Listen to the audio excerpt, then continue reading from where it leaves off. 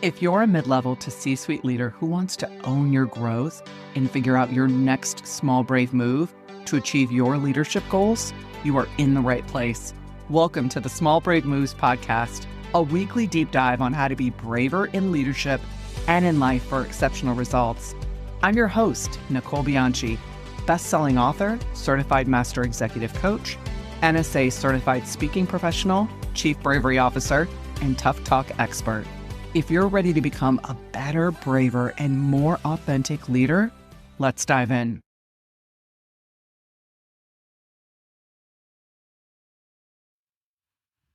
Welcome back to the Small Brave Moves podcast.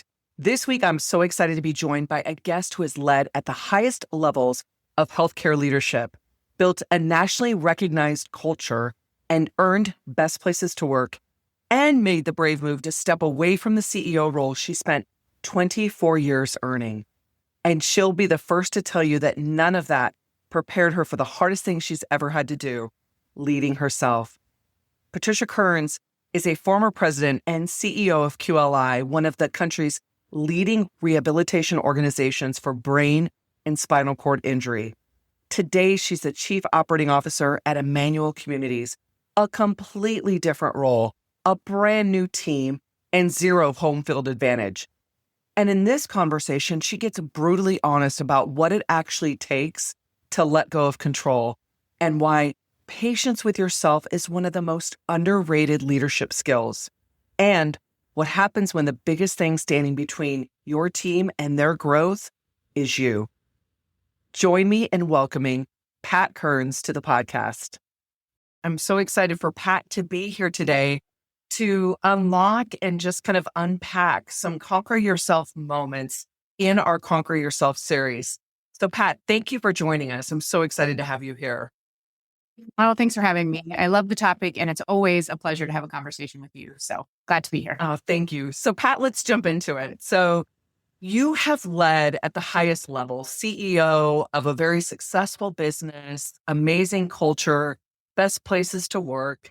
And you're now stepping into a completely different role. And most people think about leadership as mastering others. But this conversation is about something so much harder, and that's really mastering yourself, which is a part of our Conquer Yourself series. So let's start here. Where is your leadership feeling particularly hard for you right now? Given the change and transitions I've been through over the last few years, and this is probably always true of my leadership journey, but one of the things I'm really trying to master right now is patience with myself. I jumped out of a CEO role, retired for all given purposes, took a year off, spent a little time consulting. I got bored fast and jumped back into the workforce. I'm currently serving as the VP of Construction and Capital Planning for Immanuel, which has been a great team and a great organization for me to be a part of. But when you're coming in new to an organization, still in healthcare, but a very different organization, serving a different population, a new team, new processes, it requires me to have patience with myself to be sure I'm not just launching in, trying to fake it till I make it, but really being patient to take time to learn, to get to know the people I'm working alongside, to get to know the organization and the priorities, all of the processes, lots of new things. So yeah, that's what I'm trying to conquer with myself is just patience and grace to take the time I need to learn. Is there anything leaving that CEO role, retiring, kind of dabbling in a few things and now launching into another career? Is there anything you had to let go of? Yeah. When you're used to having the ultimate accountability for an organization, you're used to being in control all the time. Even if that control comes from a good place, a place of serving others, being in control really takes some time to let go of, not having to make all the decisions, not having to be in charge of everything, and ultimately be the final stop for everything. And so stepping away for a year just to decompress from that, to have some time to really dive into getting to know myself at this age and at this stage in my career and what my priorities were, what I really enjoy doing, what drives me to get out of bed every morning. It was good to have that time away to learn that, but habits are habits. And so jumping back into a role even if it's a different role in a different organization, there are still those tendencies to want to jump right back into being in control of everything. It's been good, but a little bit of work to let go of that for sure. Well, the comfort yourself journey never ends, right? There's just points where it kind of ebbs and flows, and there's points where we're doing probably pretty well, and then things pop back up. So tell me about a time that you were trying to control an outcome, maybe a person, and somehow it backfired, whether it's in your current role or in your past role. I have a mindset that was instilled in me early on, which is a really healthy mindset. As a leader, you should never ask your team to do something that you're not willing to do yourself. And I'm a blue collar girl from Western Nebraska. I don't mind rolling up my sleeves and being in the midst of the work. I think what can happen though with that mindset is you can start to cross a line and wanting to, again, from a good place, wanting to shield people from the burden of hard decisions or hard work. I'm a bit of a perfectionist too, wanting to make sure the outcomes go perfectly for the people you're serving, especially when you're serving a vulnerable population. And so I've been in that position that I'm helping up and coming leaders develop their skills. But the barrier that gets in the way for me is I want to control the outcomes. I want to control the process so that I'm really taking on that responsibility. And what I have found in those moments, whether I was overseeing our clinical program at QLI or serving as the CEO, trying to be really cautious not to do that in my current role. But what I find is when you're constantly trying to control process and outcomes, you prevent people from growing.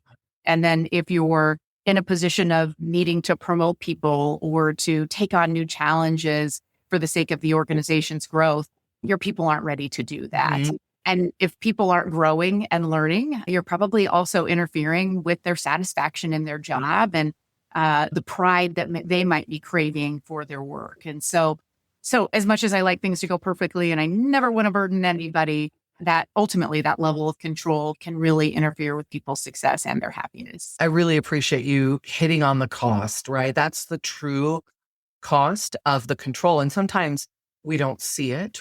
And it's so fascinating earlier on in our career as leaders that when we move from that, like, I have to take care of everything because I'm the individual contributor, I'm the expert, right? And then we move to the leader role, that it's hard to really let that go in a lot of cases because we want to solve, direct, take care of things, which is a form of control as well. If leaders don't make that shift, they become, right, well, I have to go to my leader for everything. And then things slow down. We know where that ends up going, right? So yeah, absolutely. How do you catch yourself before you go back into control mode? Like, what is something that you notice that when you notice you're heading that direction again? Right now, I will say I have the benefit of sort of structural modification, if you will, as a way to help me from being in control. As I grew up at QLI on the clinical side of things, and ultimately just given the size of the company, even in my CEO role, I had been at that organization for 24 years, was a clinician by background. I built many of the processes, not just on the clinical side, but on the HR side, building structures on our campus. So I was, for all given purposes, the expert at most things in my role. And so it made it easy for me to be sort of quick to take control over things, quick to make decisions on things and to move things ahead. And rather than pause and give other people a chance to come along and drive things. So in my new role as VP of construction, I have an incredible team of experts who have a level of technical expertise that I don't have. And so I'm bringing in my experience on the people leadership side, the process leadership side, and healthcare. But I have a group of contractors that really have experts when it comes to the work that we're doing to building structures and managing capital for Immanuel. So it's been a fun change for me. I don't always have the first answer. I don't always have the right answer. And that structural modification does force me to just take a pause and make sure that I'm considering the best process forward rather than just controlling things. I'm also at an age and have the experience as a leader that I've had a chance to see the downside of controlling everything. Yeah. I really find a lot of joy in helping individuals grow and be on that path of leadership. And so knowing that I have to take a beat before I jump in and give an answer, or I just charge forward and lead a situation so that other people can grow and learn.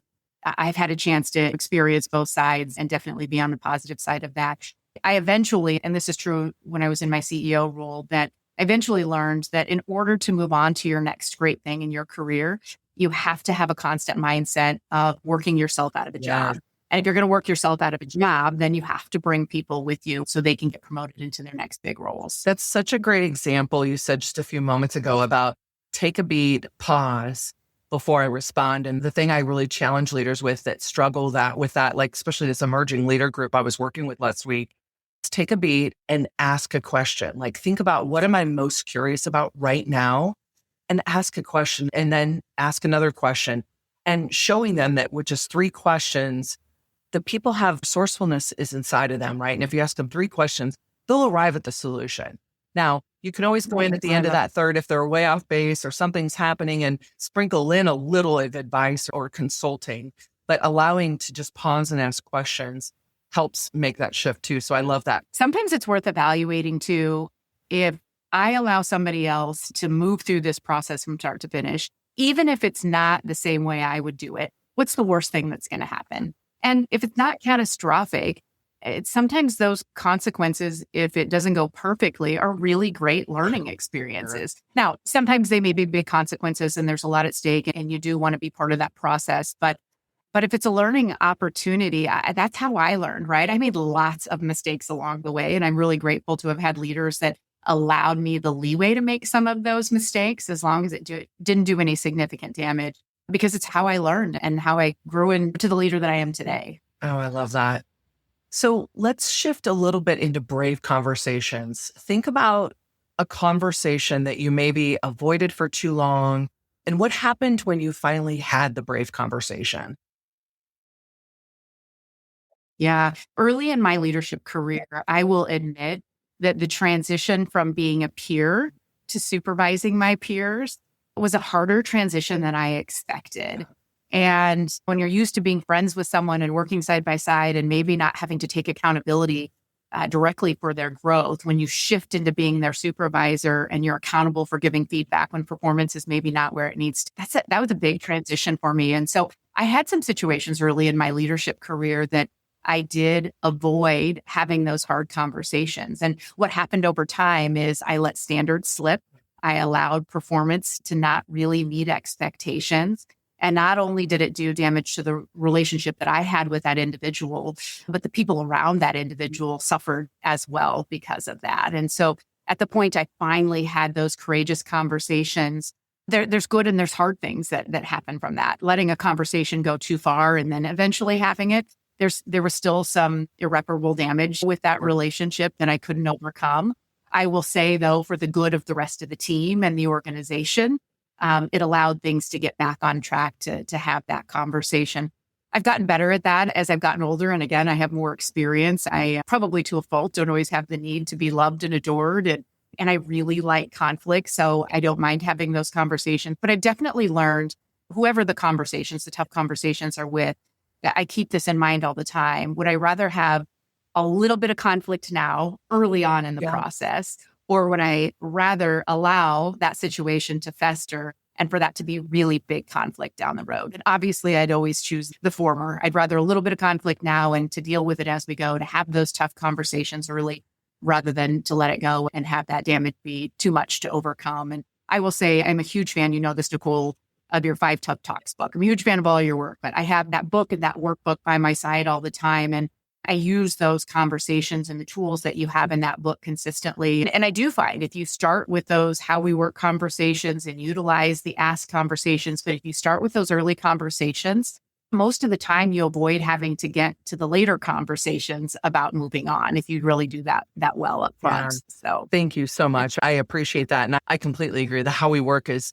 so foundational. It's never too late to go back and have that, even if we missed it, right? We missed it, or even if things feel a little off. I always am like, go back there. Because when people say, where do I start? What do I do? Go back to the how we work conversation, start laying the foundation, and it will make the rest of it, the other conversations, so much easier. So for anybody that's listening that is avoiding a conversation right now, what's one piece of advice you'd give them? certainly it's important to have the courage to have the conversation, but the most helpful tool, and again, this is part of your 5 Tough Talks book, the most helpful tool I've learned over time is take time to prepare for the conversation. You need to have the courage to take that first step. But if you really put the work in ahead of time for the conversation, what do you want the outcome of the conversation to be? Or how do you want that person to think and feel at the end of the conversation? What questions do you use to start to open up that conversation and to guide you along the way? But if you're really thoughtful about your preparation, maybe you even role play it with somebody. If you have a trusted person that you can role play that conversation with to get comfortable and get the jitters out, it's worth it. But it's worth having the courage. Again, better to have a little bit of conflict now than a lot of conflict down the road, and put the work in to prepare. And I promise it will go more smoothly. And what I've realized, Pat, is it all boils down to avoidance. So first, we're avoiding the conversation, right? We avoid it and we put it off for a period of time. And then what happens when it comes time to no, we finally have to have it, we're avoid having to think about it and to process it. And so then avoidance comes in a different way. And then what happens is we don't prepare, and then the conversation doesn't go. So I really appreciate you bringing that up. In fact, I was speaking on a stage a few weeks ago, and I was talking about the cost of avoidance, avoiding the conversations, avoid challenging situations, avoiding making a decision, and we avoid actually preparing for it or thinking about it because it's uncomfortable and we know there's some tension there.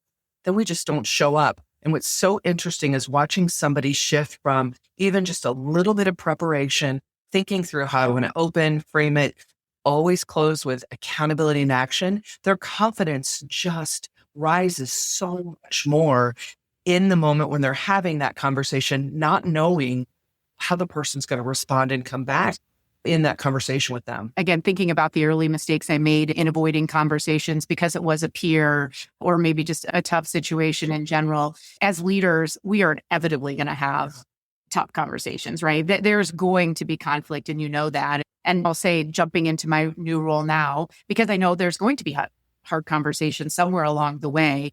If you set yourself up for success to open that door to have the conversations, schedule regular one-on-ones every week, every other week with the team members that you're working with regularly. Start that relationship, which I did with the How We Work conversation. So you really have some things written down that make it easy to go back to, hey, remember when we had this conversation about how we work and you asked me for this, or I asked you for this. It gives you something to reference. But you have those meetings built in. You have those easy conversations, those non-conflictual conversations up front, to make it easy when it's time to have a tough conversation, to lean back on them. Hey, senior women leader, if you're the one everyone depends on, the one leading the team, carrying the pressure, managing the expectations, solving the problems, and quietly holding it all together while feeling completely exhausted underneath it all, I want you to know I get that. I've been there too. And more importantly, you don't have to keep leading this way. And that's why I created the Brave Lead Her Ship Retreat experience. My retreats are intimate, luxurious, and deeply transformational, designed for the high-performing women leader who are ready to reclaim their energy, elevate their leadership, and stop overfunctioning their way through life and work. It's not a conference, it's not surface-level networking or another room where you have to perform, prove, or hold everything together.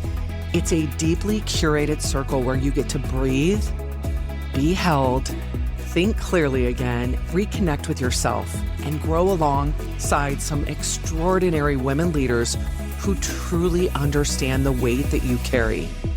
Every detail is intentionally designed to support that, from the luxurious accommodations to the all-inclusive experience to the executive level coaching, brave conversations, integration time, and restorative wellness experiences woven throughout the retreat. You'll walk away with greater clarity, stronger boundaries, renewed energy, and a completely different way of leading that your team and your family will feel immediately. If that sounds exactly what you need right now, I'd love to personally invite you to explore one of my upcoming retreats at the link in the show notes. Maybe I'll see you soon in the rolling hills of Tuscany, or on the quartz sand beaches of Siesta Key, or maybe even in the energy vortex of Sedona. I'd be honored to hold space for you at the next Brave Leadership Retreat. Now, Pat, I have known you for a period of time. I'm going to put 10-ish years on it. And you make a series of small, brave moves in your leadership and in your life. So think about what's one small, brave move that you made that created a bigger shift than you expected. Yeah, gosh, so many small, brave moves. I mean, every day, right, in your journey of growth is our brave moves. I think one of the things that I learned in my transition at QLI from being the vice president of the clinical program to the CEO role is just the process of being open to learning. If you can start every day with a mindset that there's something new I'm going to learn, it takes the pressure off feeling like you have to know everything all the time.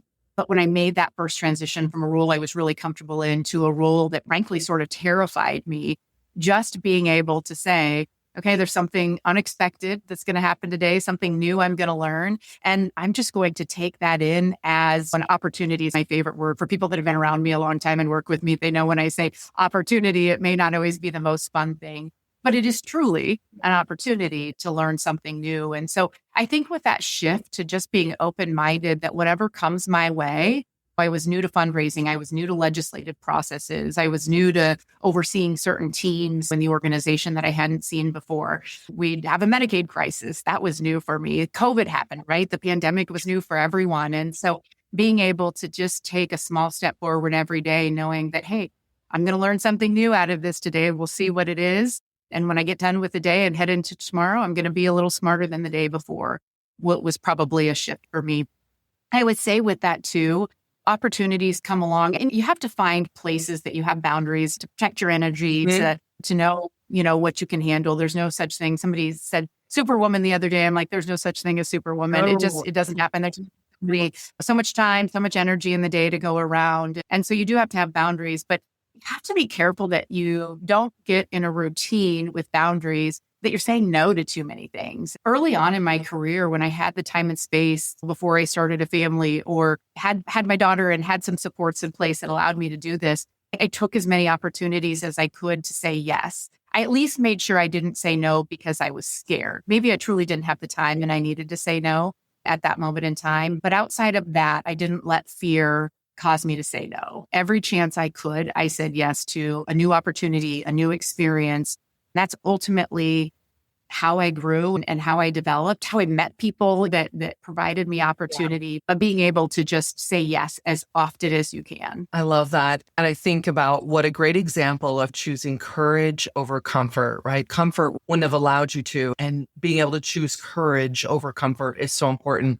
So, final question for you. I want you to think about, where are you still trying to conquer yourself instead of others? Yeah, I think it's sort of comes full circle back to where we started the conversation. I think it's a matter of making sure that I'm not trying to be in control of every situation. I admitted I'm a little bit of a perfectionist and old habits can be hard to break, but really understanding that best outcomes, the best processes to lead to the best outcomes are going to come from a place of teamwork and collaboration and knowing when you really do need to lead and take on something versus when it's okay to stand behind your team and elevate them and allow them to shine and to succeed in a way that's going to develop pride. So I think it's always a matter for me of conquering that need for control. And if I'm not in control, it doesn't mean I'm not doing my job. I have a high level of accountability. It was funny. We were just doing our Gallup Strength Finders. Again, I've done it 3 times over the past couple of decades. And achiever, I'm still very much an achiever, but achiever used to be my number one or number two. And that shifted for me after I did this just a few weeks ago to being an arranger, to wanting to sort of put all the pieces together for there still to be outcomes, but not necessarily needing to be the person that's driving all the time. But yeah, it's a work in progress though. Aren't we all? Are we all? So yes, I love that. I didn't arranger. That's interesting. I can see that in this next kind of chapter for you, that being, especially when you've talked about your vision and what you want to accomplish, I could see that being a key strength for you for sure. Yeah. It was fun to see it at the top. I hadn't expected it, but I'm with you. It makes sense for me. It wasn't me 20 years ago, but it makes sense for the stage that I'm at in my career for sure. I love that. I do have one more question. So you attended the Brave Leadership Retreat in Siesta Key.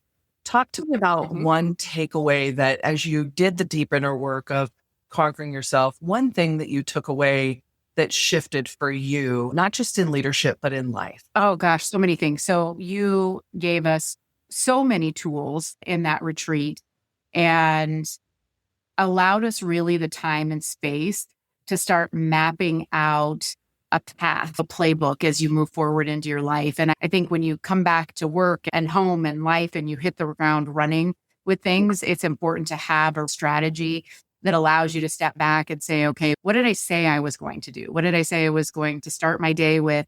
What did I say I was going to do as I got into times where I was feeling busy or feeling overwhelmed? What did I say I was going to do? And to come back to that. So I appreciate the tools that you gave us for that roadmap. I will say the other takeaway that I had is you're really masterful at pulling together a group of leaders and all women in this case that really were able to support each other and encourage each other. And I love the connections to be able to form those relationships and to see how that group is supporting each other moving forward. It's a huge takeaway. You can never have too many amazing women in your life to support you along the way. And it's been fun to see that continue with that group. I love that, Pat. Thank you. It's such a good reminder. And I wish I would have known this earlier on in my career that as we continue to rise, it can get really lonely, feel isolating, right? And to be able to have this circle, this network, this tribe of people that are just unselfishly fired up for you during the amazing times and there to help pick you up, right? Because the journey is this. And so is the Conquer Yourself journey. And it's something that we'll continue to work on for the rest of our lives if we're deeply intentioned, right? So Pat, thank you so much for joining us today. I appreciate your stories. I appreciate your leadership philosophy and sharing more about moments when we can conquer ourselves or make that small, brave move and why we should lean into those brave conversations. So thank you for joining us today. Well, thank you for having me. Again, always a pleasure to have a conversation with you. And I just, on the note of the leadership retreat, I'm so excited about the next group of women that get to be part of that retreat coming up here soon. So all the best to you. Thanks again for having me. Thanks, Pat. Thank you for joining me for this episode of the Small Brave Moves podcast. If you're wanting to take this work even deeper, I'm here to help.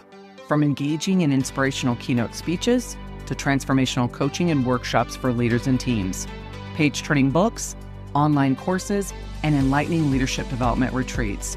There are so many ways that we can work together to take your leadership to the next level. For more information, check out the show notes, and let's do this together, one small brave move at a time. See you next week.